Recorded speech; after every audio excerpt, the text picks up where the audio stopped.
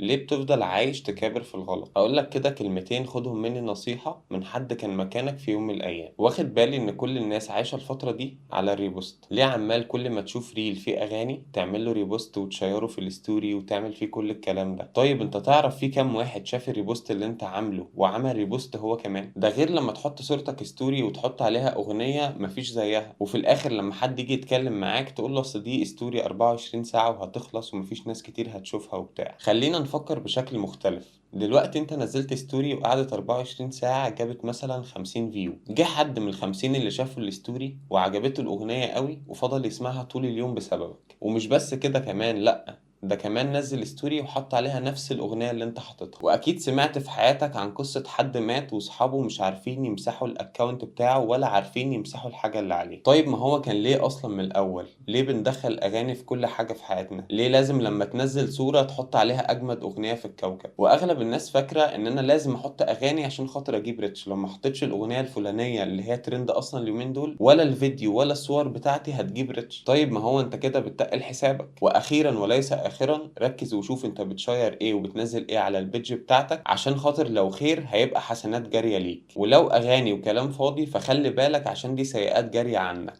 ربنا يهدينا جميعا ويرزقنا الجنة. وبس كده، سلام.